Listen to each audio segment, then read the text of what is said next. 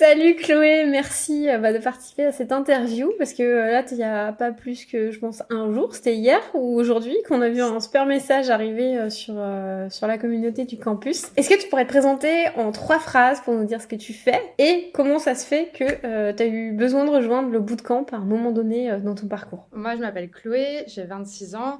Je suis actuellement salariée en marketing digital et nomade depuis 1 an et demi. J'ai rejoint le campus parce que je souhaitais me lancer en freelance et mon projet actuel, c'est de me lancer en tant que photographe et créatrice de contenu pour aider les entreprises, les marques et les organismes dans l'univers du voyage. Et du coup, pourquoi t'as eu besoin de rejoindre le bootcamp des créateurs nomades? Qu'est-ce qui te bloquait avant de rejoindre le bootcamp et le campus dans ton projet? Bah, moi, dans le salariat, j'avais beaucoup de liberté parce que nomade, donc quand même certaine flexibilité des horaires. Mais néanmoins, ça me suffisait pas. Il y a certaines choses avec lesquelles je suis pas forcément en accord, des décisions de la hiérarchie auxquelles il faut se plier quand on est dans le salariat. Aussi, je m'ennuie énormément dans mon poste. C'est très répétitif, c'est beaucoup de tâches un peu ingrates et où je trouve que j'ai pas de forte valeur ajoutée. Moi, j'ai besoin d'apprendre tout le temps, de découvrir des nouvelles choses et progressivement, en fait, j'ai eu besoin j'ai envie d'aller vers le freelancing, tout simplement. Indépendance, pour toi, ça sonne comment dans tes oreilles? Alors moi, c'est une de mes 3 valeurs. Mes 3 valeurs, c'est respect, justice et autonomie. Et donc vraiment, indépendance et autonomie, ça va ensemble. Donc pour moi, c'est un pilier qui est hyper important. Voilà. Et donc, quand t'as rejoint le campus, là, il y a pas longtemps, c'est quoi tes dernières réussites par rapport à cette arrivée dans le campus? Alors, j'ai défini le domaine dans lequel je voulais me lancer, puisque là, j'ai parlé de photographie notamment et de création de contenu, mais à l'époque où je suis arrivée, je savais pas, j'avais pas trop de certitude. Plein d'idées, mais pas de certitude. Ensuite, j'ai créé un site vitrine pour présenter mon travail, donc défini mes clients idéaux, mon offre, et puis j'ai rencontré beaucoup de chouettes personnes aussi. Et tu viens de faire une belle annonce aussi. Ah oui, ok, cette annonce, ok.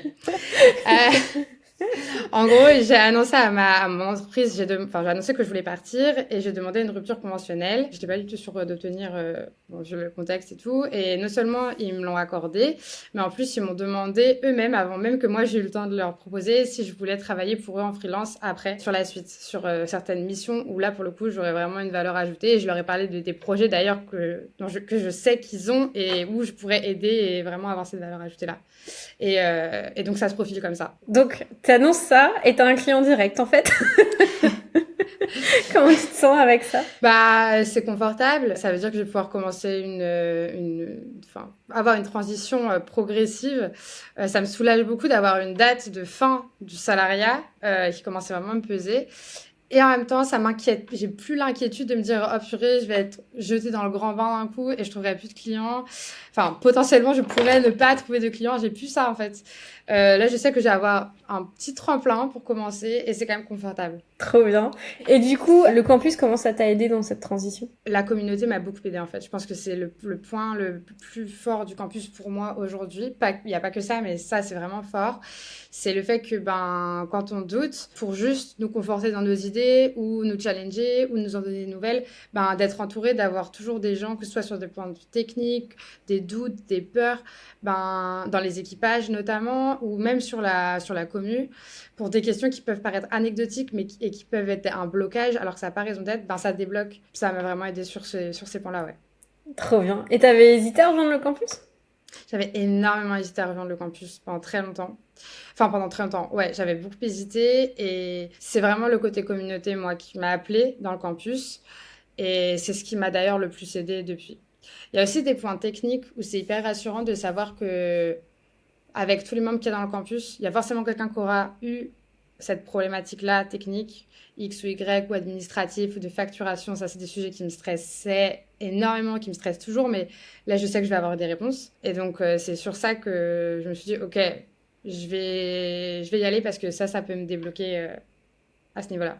Et qu'est-ce qui te faisait hésiter? T'avais un point de friction? L'investissement financier et aussi le fait... Moi, j'étais dans une situation où j'étais pas hyper inconfortable dans mon salariat. C'était pas non plus une souffrance d'aller au travail. J'avais j'ai quand même toujours beaucoup d'avantages dans mon salariat. C'est-à-dire que je suis pas métro, boulot, dodo, 9h, 17h. Je suis nomade, j'ai des horaires flexibles. Je travaille dans une start-up où je sais que j'ai des possibilités d'évoluer de poste. Donc, j'avais déjà beaucoup et j'avais l'impression de me dire, OK, bah, on t'a donné ça et tu vas en prendre encore plus. Et du coup, je me sentais pas trop légitime à aspirer à encore plus alors que je me considère déjà comme chanceuse. Et du coup, c'est ça qui m'a fait hésiter, de me dire, bah, en fait, peut-être que tu pourrais te contenter de ce que tu as déjà. C'est quand même déjà pas mal. Il y a cette espèce de plafond-là que je me mettais toute seule.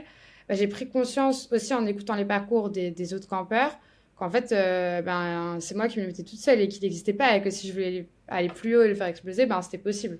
Enfin, c'est plus facile de faire le move paradoxalement, quand on est dans une situation hyper inconfortable où ça va pas du tout, parce que vraiment, il faut qu'on en sorte. Là, pour moi, c'était pas une nécessité d'en sortir, en fait. Ça va aller, mais c'est juste petit truc qui me manquait, quoi. Donc, Et comment, justement, avec ça, t'as quand même le moteur d'avancer sur ton projet, même si t'étais confortable? ouais, mon poste a beaucoup évolué. Concrètement, avec l'IA, en fait, on m'a demandé de produire beaucoup, beaucoup de contenu, genre 40 articles de blog par mois, toute seule. Et du coup, c'est devenu du taf industriel et on m'a demandé de faire beaucoup, beaucoup de quantité au détriment de la qualité. Et c'est vraiment une philosophie avec laquelle je suis pas en accord et quelque chose que j'aime pas faire au quotidien. Faire entendre que moi, c'était pas la philosophie des choses, que en plus, je pense que ça marche pas à long terme et que, enfin, de pas avoir la main sur les décisions, de devoir faire ce qu'on me dit, même si pour moi, j'ai la conviction que c'est pas bon, ben, ça me dérange vraiment.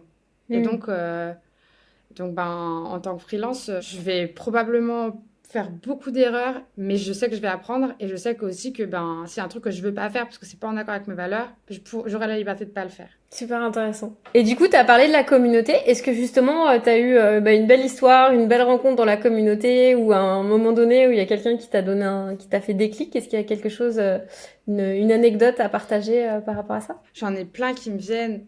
Globalement, les équipages, j'ai fait de très belles rencontres en équipage. Donc, je recommande vraiment à tout le monde de participer aux équipages. Il y a une personne, elle s'appelle Maria Camila. Elle était dans mon premier équipage. Elle fait de la rédaction web et on a plein de points communs. On s'est retrouvés à avoir plein de points communs parce qu'elle, elle est colombienne, elle a sa famille au Québec, et elle est en France. Donc déjà, elle parle 3 langues. Que je parle aussi en fait, donc on a ce point commun de la problématique multilinguistique qu'on rencontre du coup dans le développement de nos activités. Elle voyage beaucoup et elle est beaucoup sur tout ce qui est voyage éco-responsable, voyage alternatif, et moi ben, j'essaye d'être dans cette dynamique là aussi, de voyager de manière lente et responsable dans mon nomadisme, donc ça se recoupe. Moi ben, je fais du digital marketing et j'ai une formation de lettres, donc ça se recoupe. Mais c'est pas là-dedans que je veux développer mon activité. En plus, donc, on a deux univers qui se chevauchent et qui se complètent beaucoup. Donc bah là, on est en train de travailler pour faire des collaborations et échanger ensemble. Mais c'est pas une anecdote, mais c'est une rencontre qui m'a fait me dire ah bah, c'est marrant en fait. Il y a vraiment des gens qui ont plein de points communs et plein d'univers différents, mais qui se recoupent ensemble. Et donc voilà. C'est trop bien. Une de mes très belles. C'est pas la seule, mais. Et du coup, vous avez des projets de collaboration, c'est génial. Selon toi, c'est quoi les 3 grands apprentissages que tu as fait ces derniers mois depuis que tu as rejoint le bootcamp puis le campus par rapport à ton expérience entrepreneuriale? La première, elle est assez récente, mais j'ai eu un gros déblocage avec le module 8 sur le réseau. Parce que moi, le réseau, c'est un truc je déteste réseauter. J'ai l'impression d'être, comme tu dis, dans un milieu, j'ai l'impression d'être un vieux requin qui va chercher les sous et tout. Et en fait, ces modules-là, ben, ils ont dit des trucs qu'en fait, on sait, rationnellement parlant, mais de les entendre, moi, ça m'a grave débloqué. Ça m'a beaucoup aidé à aller voir des gens. Donc maintenant, j'ai beaucoup plus la facilité de dire « Ah, mais tiens, en fait, je fais ça, toi, tu fais quoi ?» Donc voilà, ça, c'est le module que le réseau, c'est pas être juste avide dessous, en fait, c'est aussi aider les autres. Et c'est d'abord aider les autres. Et quand on est dans ces démarches-là, ben, en fait, c'est hyper bénéfique pour tout le monde. Donc ça, c'est le premier. Deuxième, c'est d'oser parler de son activité aux gens. Ça, je pense que c'est encore une progresse, mais quand même, c'est un vrai apprentissage. Et le troisième, je pense que c'est d'oser appeler à l'aide. Quand il y a un truc qui bloque, moi je suis la pro pour me bloquer sur des trucs nuls, genre le nom de mon site web ou le nom d'un truc ou la couleur de cette police. J'exagère, mais franchement, rester 3 semaines bloquée parce que j'ai pas choisi la couleur de ma police, ça n'a pas de sens. Et en fait, là, Mais avec le campus, ben, on a un petit doute comme ça, un petit message à l'équipage où on pose en question notre équipage, on fait un sondage dans la communauté et paf, on a l'avis de la communauté, hop, en 24 heures, c'est réglé, on passe à la suite et le projet avance. Donc voilà. Ok. Et qu'est-ce que tu dirais à quelqu'un qui hésite à rejoindre le campus et qui est comme toi, qui regarde à la Chloé qui était sur le bootcamp, qui hésitait beaucoup? Qu'est-ce que tu lui dirais? Tu perdras jamais à investir dans toi, en fait. C'est la personne avec qui tu vas passer le plus de temps dans ta vie, probablement, et que du coup, ça va valoir le coup d'investir dans toi-même et dans ton avenir. Et voilà. Trop bien. C'est très beau ce que tu dis. J'avais jamais, tu sais, fait le truc avec toi que tu vas passer le plus de temps. J'adore. D'où le fait d'apprendre à s'aimer, c'est important aussi. Parce Yes. que finalement... Et c'est intéressant aussi parce que tu as une démarche de vouloir faire de la photographie en étant nomade, donc tu es en train de construire un modèle pour pouvoir intégrer le voyage, la photographie. Est-ce que tu veux en parler un petit peu? Ça, c'est un de mes gros challenges et c'était un peu une de mes craintes au départ parce que la photographie et le nomadisme, intuitivement, comme ça, c'est pas forcément le plus compatible. Donc moi, je me demandais si c'était possible et j'avais pas envie de sacrifier mon mode de vie nomade parce qu'il me correspond particulièrement bien, aujourd'hui en tout cas. Et du coup, de garder cette possibilité d'être indépendante du lieu géographique dans lequel je travaille, c'était important pour moi. Mais ce qui est difficile, c'est de construire un truc qui n'existe pas, ou en tout cas moi au début je pensais que ça n'existait pas. Du coup je me disais mais en fait c'est un pari à prendre et ça se trouve je parie et je perds. Et en fait avec justement en échangeant avec la communauté et en faisant les dans le campus comme l'analyse de la concurrence par exemple, déjà on se rend compte qu'il y a d'autres créateurs qui ont des modèles soit similaires soit différents et qu'on pourrait aussi pourquoi pas faire un patchwork de ces différents modèles. Et du coup on s'ouvre des possibles à nous-mêmes et encore une fois on lève des barrières qu'on se met nous-mêmes et qui n'existent pas forcément. Donc moi, en l'occurrence, je développe 2 types de prestations. La première, c'est le shooting photo produit à distance.